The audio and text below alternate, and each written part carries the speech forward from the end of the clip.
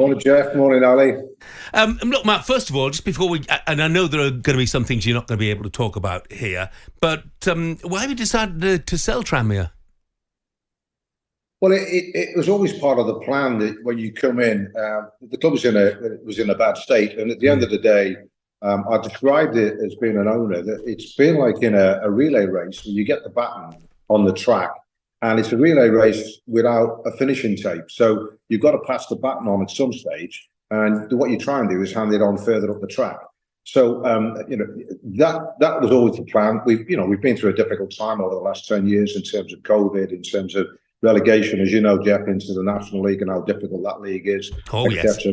Pitch collapsed, emotion during the course on points per game, which we felt was unjust. So, having gone through all of that, we have actually, off the field, got the club into a position that is ready for the next phase. And about 2 years ago, we were saying that we're looking for investments. Whilst we haven't put the club on the block, as it were, we've been looking for investments, and it's known.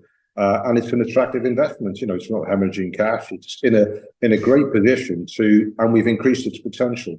And its potential is around being on Merseyside. And I believe I'm safe in saying the Mersey is one of the few rivers that goes to a major conurbation. Liverpool on one side, the Wirral on the other, with 300,000 people.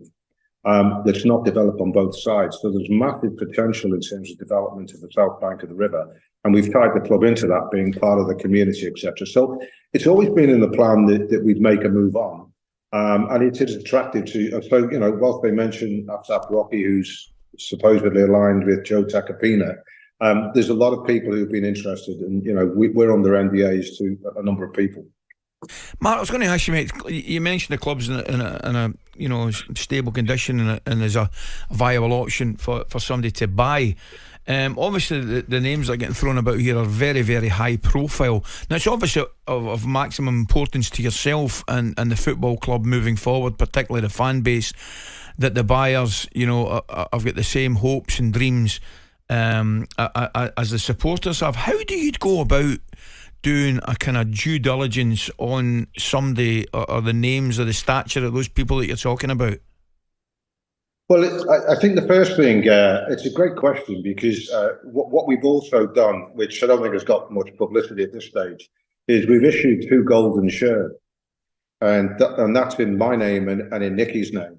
They're not for value, and in fact, if anything, they deteriorate value, because it stops people coming in. We can veto a stadium move beyond 5 miles. We can veto any of what they call the crown jewels being affected, the colours, all the stuff you've seen in the past. And, we would hand that, this is in the before a regulator comes in. So we can control that to some extent in respect of that. As regards other things, for example, if you took, for example, just take Joe Tacopino, who other people have come to games, but Joe's fairly high profile and people have seen him. I mean, he, for example, would add value in the sense of he's an American who what's this relegation piece? He understands relegation because he's been involved in football in Italy. He can also add value by bringing the celebrities in who can then increase the commercial potential of the club. And you've seen it with Wrexham, etc. At the moment, if you're looking at that particular group of people, the US market's very attractive. We're seeing the Premier League even today debating the struggles they've got because of the globalization of football.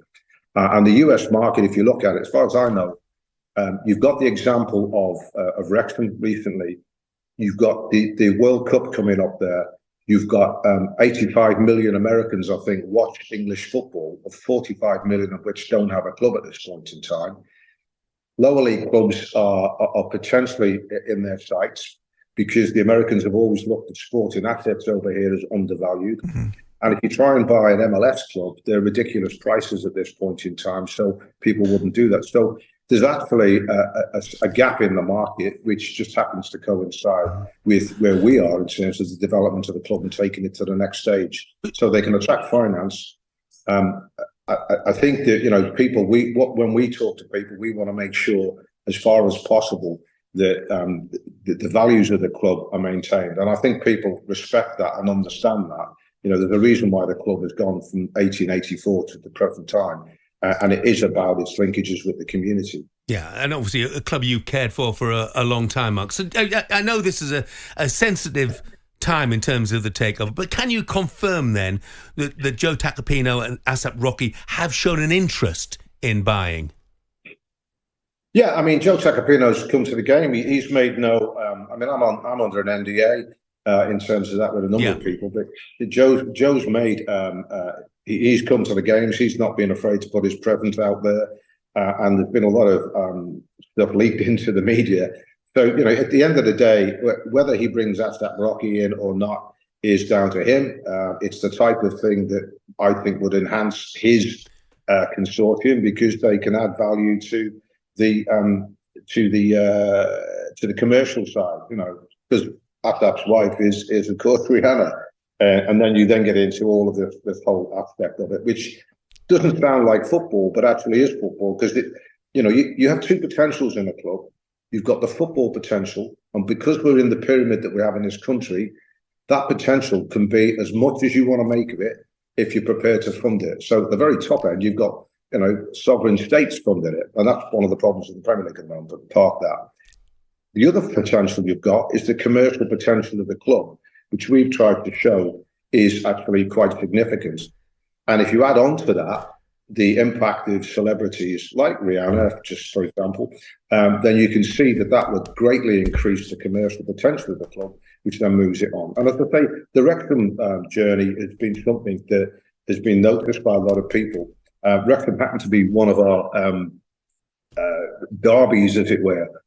So, I mean, I remember playing against them many times, a bit cut and thrust, but that was in the 70s and 80s. So, but, it is something that's quite attractive, I think, to people as a story. So, yeah, I think the club is in the position we wanted it to be in, off the pitch, certainly. On the pitch, we prefer to be up a league at least, but we'll see. Mark, look, thanks for joining us. Hope it goes well. All the best. Thanks, guys. talkSPORT Breakfast, waking you up Monday to Friday morning from 6 a.m. on AM, on DAB, via the talkSPORT app and on your smart speaker. talkSPORT.